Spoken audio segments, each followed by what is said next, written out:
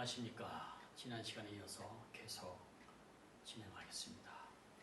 자, 이 시간에는 두 번째 노예가 된 신본주의 이스라엘 백성들에 대해서 먼저 생각해 보겠습니다. 위에서 살펴본 대로 이스라엘 백성들은 인본주의화 되어가는 세상 속에 신본주의 문화를 심기 위해서 부름받은 사명의 민족이었습니다. 그러나 그들의 역사를 보면은 이 같은 정체성을 수시로 잃어버리고 그 시대의 인본주의의 국가나 사회에 동화되어 버리고 그래서 노예가 되고 말았던 것이죠. 애굽으로 내려갈 때 그들에게는 분명한 정체성이 있었습니다. 그것은 아브라함과 이삭과 야곱에게 주셨던 가나안 땅의 기업과 그 뜻을 이루기 위한 꿈이었던 것이죠. 야곱은 애굽으로 내려갔을 때 그의 자손들에게 이것을 성실하게 가르쳤고 야곱 자신도 이 같은 꿈을 소명하면서 세상을 살았던 것입니다. 요셉의 시대까지만 해도 이 같은 가나안 땅의 꿈은 그들의 정체성으로 자리 잡고 있었습니다. 창세기 50장 24절에 보면 요셉이 그 형제에게 이르되 나는 죽으나 하나님이 너희를 권고하시고 너희를 이 땅에 인도하여 내사 아브라함과 이삭과 야곱에게 맹세하신 땅에 이르게 하시리라 하고 요셉이 또 이스라엘 자손에게 맹세시켜 이르기를 하나님이 정녕 너희를 권고하시리니 너희는 여기서 내 해골을 메고 올라가겠다 하라 하였더라 라고 기록하고 있습니다. 그러나 그들은 이 같은 정체성을 끝까지 지키지 못했습니다. 하나님, 가나안 땅 세계를 향한 아브라함의 비전 등은 점점 잊어지고 애굽화 되어갔던 것이죠. 그러다 보니 그들 속에는 가나안 땅보다 애굽의 현실이 하나님보다는 애굽의 우상들이 천국 백성의 삶보다는 애굽의 삶의 풍요로움과 편안함 등에 더욱 익숙해지기 시작했던 것입니다. 물론 이후에 요셉의 공로를 몰랐던 왕과 백성들이 일어남으로써 그들은 이스라엘 백성들을 두려워하면서 노예로 삼았지만 그 이면에는 잃어버린 하나님의 백성으로서의 정체성의 약화가 바로 요인이 되었다고 하는 사실을 우리는 기억해야 할 것입니다. 영적으로 약해지는 민족이 인본주의의 노예가 되는 것은 너무나 당연한 것입니다. 결국 그들은 육체적으로만이 아니라 정신적으로 인본주의의 노예가 되어버리고 말았던 것이죠. 요셉이나 다니엘, 바울 같은 사람들은 육체는 비록 갇힌 자들이 되었으나 그들의 정신은 결코 종이나 포로가 되지 않았던 것을 우리는 배워야 할 것입니다.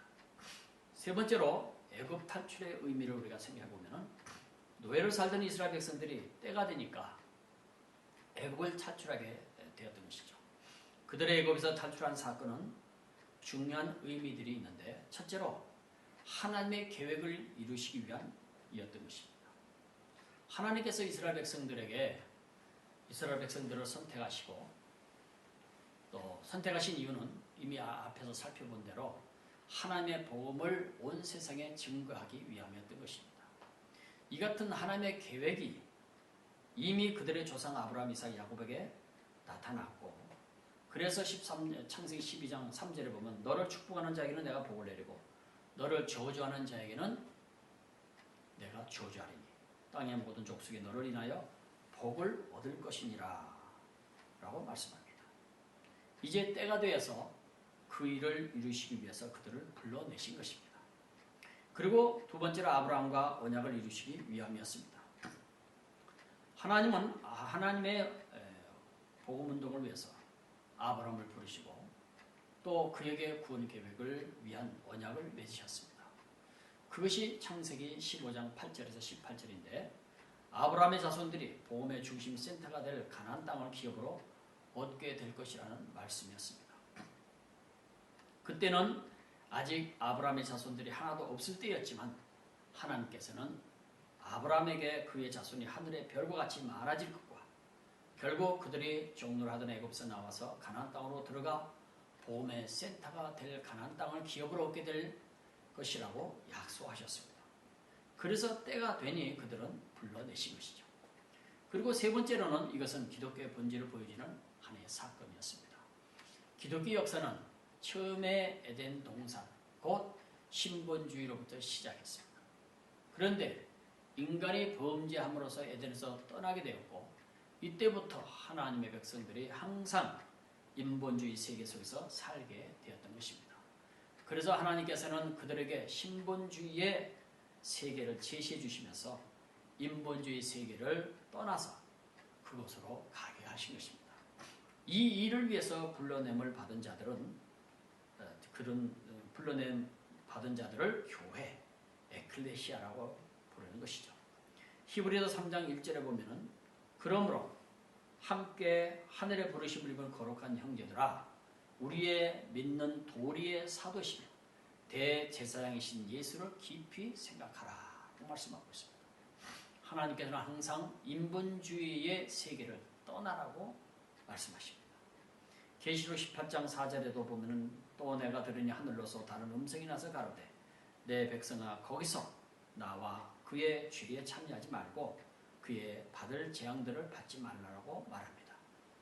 디모데후서 3장 5절에도 경건의 모양은 있으나 경건의 능력은 부인하는 자니 이 같은 자들에게서 네가 돌아서라 라고 말씀합니다. 그래서 구약의 성도들은 당시 인본주의 대표적인 국가였던 애굽을 떠나 신본주의 문화를 이루게 될 새로운 땅, 가나안 땅으로 가게 된 것입니다.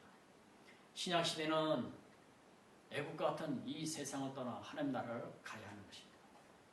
현실적으로는 애굽의 가치에서 떠나서 천국의 가치 속으로 들어가야 하는 것입니다. 예수님은 우리가 세상에 속해 있지 않고 그분에게 속해 있다고 말씀하십니다. 이는 우리가 예수 그리스도를 영접하여 그리스도인이 되는 순간부터 세상 나라 백성이 아니라 바로 그분의 나라의 백성이 되었음을 의미하고 있는 것입니다. 골로새서 1장 13절에 그가 우리를 흑암의 권세에서 건져내사 그의 사랑의 아들의 나라로 옮기셨으니 라고 말합니다. 그러므로 성도들은 자신이 세상에 살고 있지만 이미 그리스도의 나라에 속한 자임을 알고 세상 나라의 가치를 따라가지 말고 주님의 나라의 가치를 배워서 그 나라의 문화를 이루어갈 수 있어야만 하는 것입니다. 네 번째로 애굽 때문에 실패한 이스라엘을 우리가 살펴보겠습니다.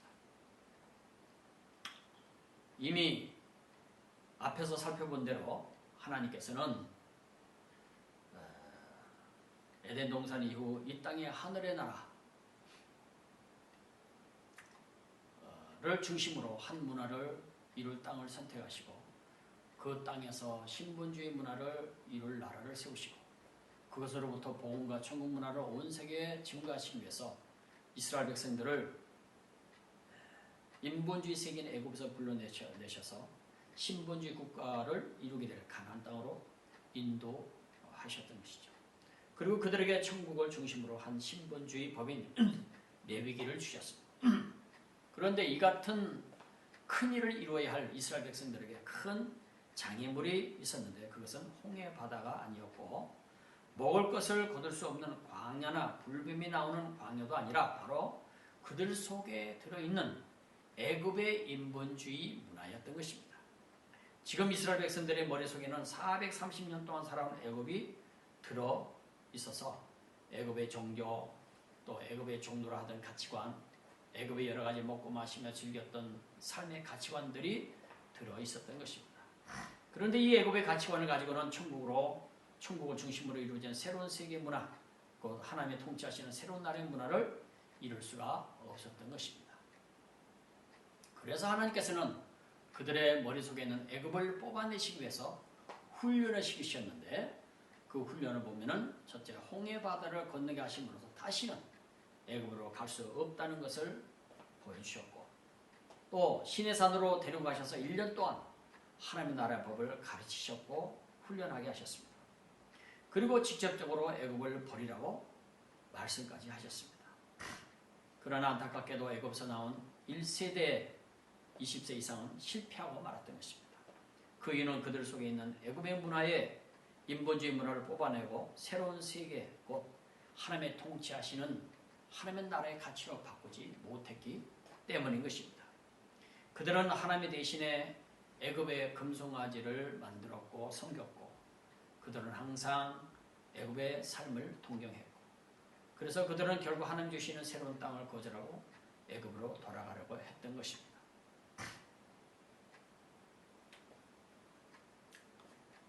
그래서 이스라엘 백성들이 광야 생활에 지나오면서 그 지나온 흔적 속에 보면은 애굽의 송아지 상이 많이 그려져 있습니다.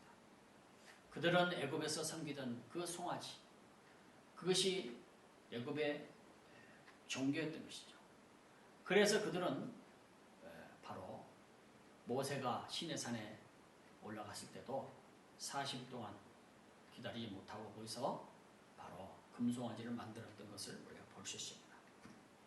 민수기 14장 3절에 보면은 어찌하여 여호와가 우리를 그 땅으로 인도하여 칼에 망하게 하려 하는고 우리 처자가 사로잡히려니 애굽으로 돌아가는 것이 낫지 아니하랴. 4절에 가서 이에 서로 말해도 우리가 한 장관을 세우고 애굽으로 돌아가자 하매 라고 기록하고 있습니다. 결국 그들은 애굽의 가치를 뽑아내지 못함으로 실패하고 말았습니다. 신앙은 몸만 와 있다고 해서 되는 것이 아니라 바로 가치관을 바꾸는 것이 중요합니다. 그래야 새로운 세계의 백성으로서의 은혜와 복을 누릴 수가 있는 것입니다. 그래서 주님은 우리에게 가치관을 바꿀 것을 말씀하시죠. 마태복음 11장 28절에 보면 수고하고 무거운 짐진 자들아 다 내게로 오라. 내가 너희를 쉬게 하리라.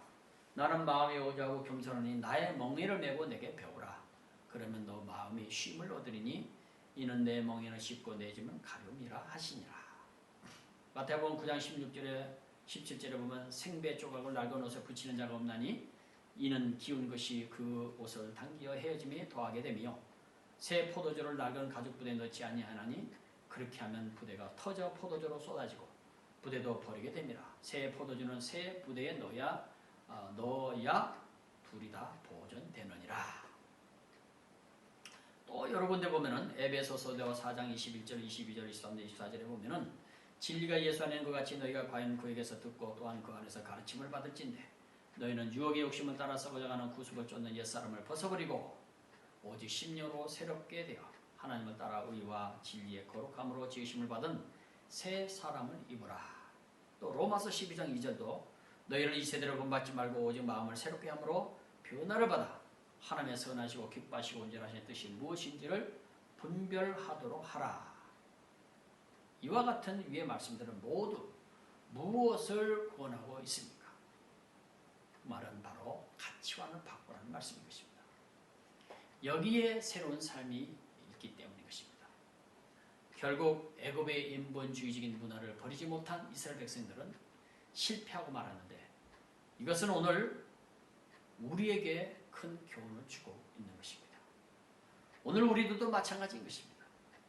본래 우리는 애굽과 같은 인본주의 세계 속에서 이 세상 풍속, 인본주의 진화론의 가치들을 쫓아서 살다가 어느 날 하나님의 은혜로 부르심을 받고 예수 그리스도를 믿어서 그의 백성이 된 것입니다. 물론 하나님의 우리를 부르심은 우리를 구원하기 위하심이지만 궁극적으로는 아브라함과 그의 후손들인 이스라엘 백성들을 부르신 목적과 같이 우리를 통해서 하나님을 증거하고 또 그분의 계획을 세상에 드러내시기 위함인 것이죠. 그분의 일을 이루는 동력자로 우리를 부르신 것이죠. 그래서 그 일을 위해서 우리를 지키시고 머리 되게 하시고 복을 주시는 것인데 이 같은 일을 하게 되는 데 있어서 가장 큰 장애물이 바로 지난날 가지고 살아왔던 인본주의 가치관과 습관들인 것입니다. 이것들은 모두 버려야 할 것들인데 안타깝게도 현실은 그렇지 않습니다. 성도들은 이것들을 버리기는 고사하고 오히려 이것들을 가지고 와서 하나님께 이루어 달라고 기도하기도 하고 이 속에 신분주의 문화나 사명은 없고 인본주의 특징들만이 그대로 나타나고 있는 현실인 것입니다. 교회까지 인본주의를 끌고 들어와서 교회를 이제 인본주의 문화로 물들여버리고 하는 이런 일들이 지금 많이 있는 것입니다. 그래서 그토록 오래 믿어와서도 변화가 없고 그저 형식적인 신앙, 주님 안에 부름받기 전에 다른 종교를 섬기듯이 그런 형식적인 신앙이 되어가고 있는 것입니다.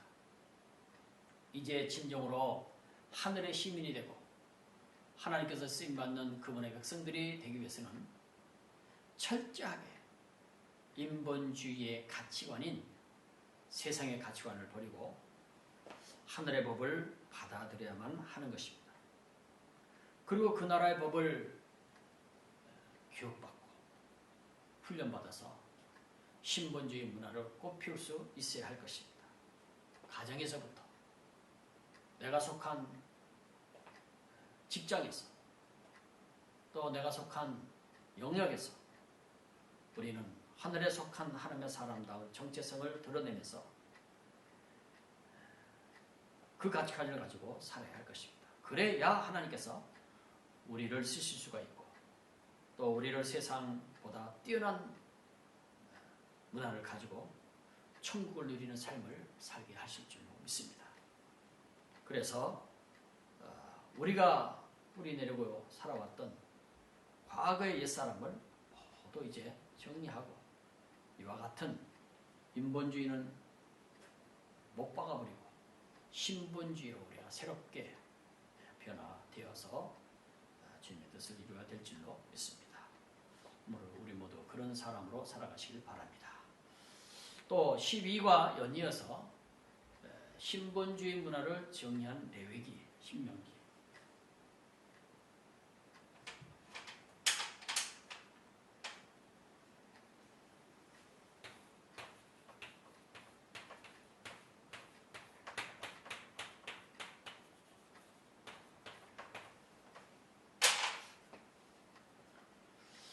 그래서 신명기 10장 13절에 우리가 살폈습니다만 내가 오늘날 내 행복을 위하여 내게 명하는 여호와의 명령과 규례를 지킬 것이 아니냐. 그래서 신본주의 문화를 정리한 레위기와 신명기를 우리 또 살펴보시겠는데요. 자, 먼저 주제를 보면 하나님의 뜻을 이루기 위해서 부르신 이스라엘 백성들에게 하나님께서는 하나님의 나라의 법을 주셨습니다. 곧 신본주의 법을 주셨는데 이것이 레위기입니다. 그리고 신명기는 40년 뒤에 광야에서 새롭게 태어난 백성들을 위해서 주신 것인데 레위기를 우리가 다시 강론한 것이죠.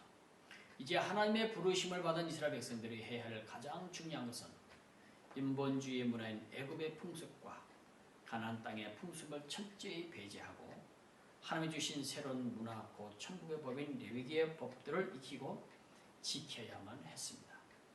레위기 18장 3절에 보면 너희는 그 거하던 애굽의 땅의 풍속을 쫓지 말며 내가 너희를 인도할 가나안 땅의 풍속과 규례도 행하지 말고 너희는 나의 법들을 쫓으며 나의 규례를 지켜 그대로 행하라. 나는 너희 하나님 여호와니라. 너희는 나의 규례와 법들을 지키라. 사람의 일을 행하면 그로 인하여 살리라. 나는 여호와니라. 그래서 레위기는 하나님께서 천국을 중심으로 하는 신본주의 문화를 그 백성들에게 법으로 주신 것들을 기록한 책인 것입니다.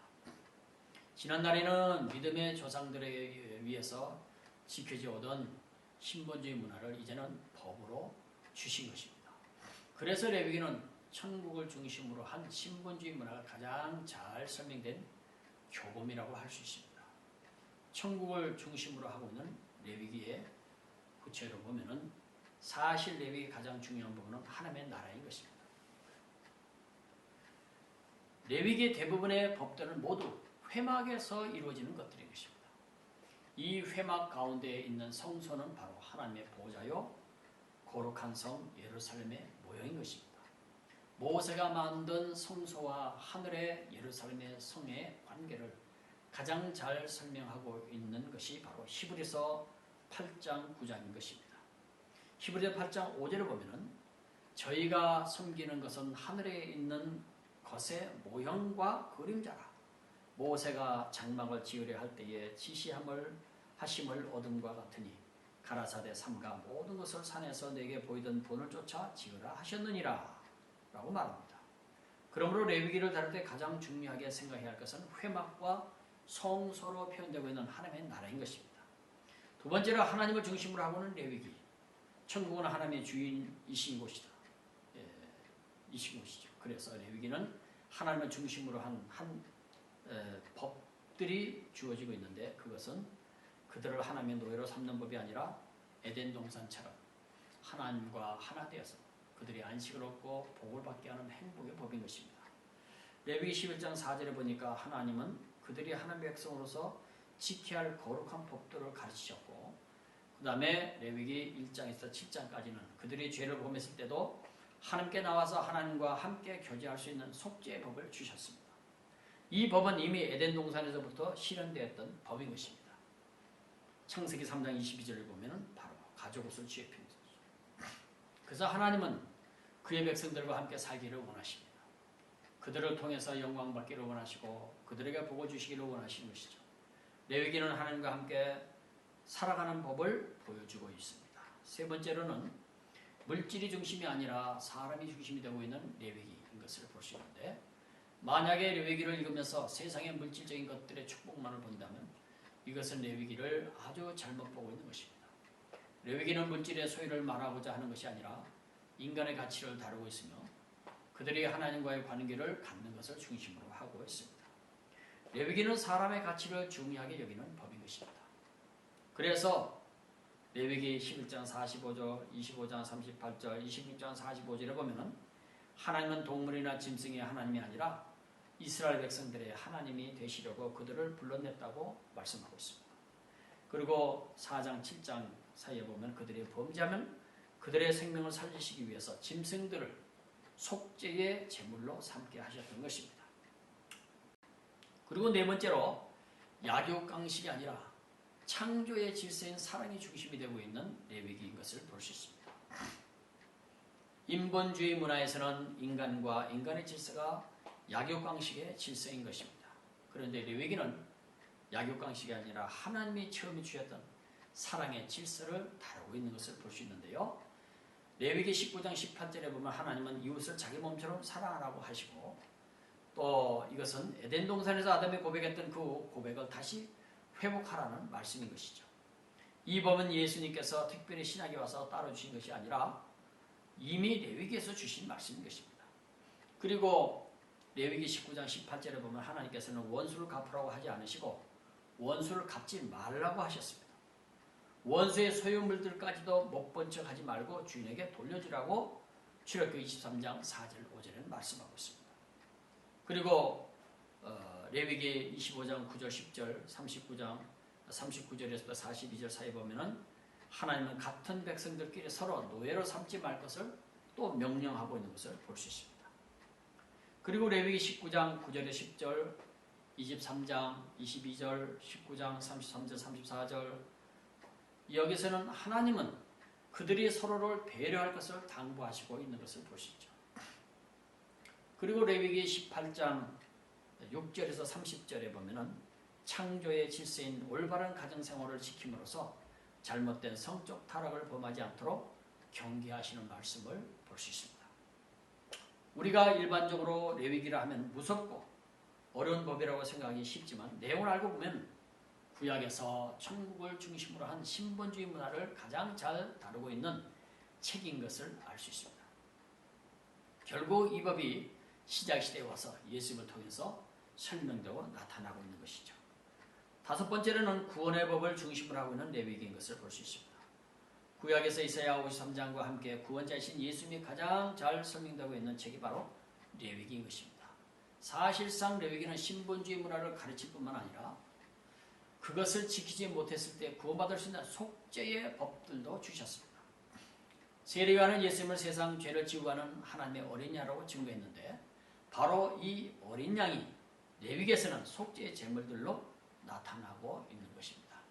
그리고 이 법은 그들만의 것이 아니라 온 세계를 구원하는 법이었고 이스라엘 백성들이 이 법을 증거해야 할 제사장들이었던 것입니다.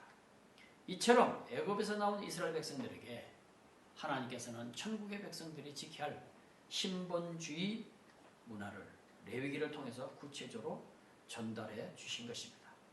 여섯 번째로 신본주의 문화에 대한 하나님의 축복의 약속은 인본주의 문화는 사람에 의해서 만들어짐으로써 사실은 축복과 행복의 길이 아닌 것이죠. 그러나 신본주의 문화는 하나님이 주신 것입니다. 하나님께서 이것을 주시면 인간을 노예로 만들기 위함이 아니라 인간들에게 복을 주시고 가장 행복한 가정, 사회, 나라를 만들기 위함이었던 것입니다. 신분주의 법 속에 들어가 있는 하나님의 약속을 보면은 레위기 18장 5절에 너희는 나의 규례와 법도를 지키라. 사람의 일을 행하면 그로 인하여 살리라. 나는 여호와니라. 또 레위기 15장 21절에 내가 명하여 제6년에 내 복을 너에게 내려 그 소출이 3년 쓰기에 족하게 할지라. 또 특히 레위기 26장 1절 13절, 신명기 28장 1절 14절에서는 하나님께서 신분주의 문화가 이루어지는 곳에는 어떤 축복의 역사가 나타나게 되는지를 자세하게 설명하고 있는 것을 볼 수 있습니다. 이 모든 축복의 결론을 다루고 있는 것이 바로 신명기 10장 13절과 28장 1절인 것이죠. 말씀을 보면은 신명기 10장 13절에 내가 오늘날 네 행복을 위하여 내게 명하는 여호와의 명령과 규례를 지킬 것이 아니라, 또 28장 1절에 보면 신명기 네가 네 하나님 여호와의 말씀을 삼가 듣고 내가 오늘날 내게 명하는 그 모든 명령을 지켜 행하면 내 하나님 여호와께서 너를 세계 모든 민족 위에 뛰어나게 하실 것이다 라고 말씀합니다. 그러므로 레위기의 법은 인간의 자유를 구속하기 위해서 주신 것이 아니라 인간을 구원하고 하나님과 함께 살게 하는 법으로서 인간을 가장 행복하게 만들어주는 법이라는 것을 알 수 있습니다. 자, 그래서 바로 레위기 같은 신명기 통해서 신분주의를 나타내고 있는 우리가 말씀을 살펴봤습니다. 여기까지 지금 강의를 마치겠습니다. 수고하셨습니다.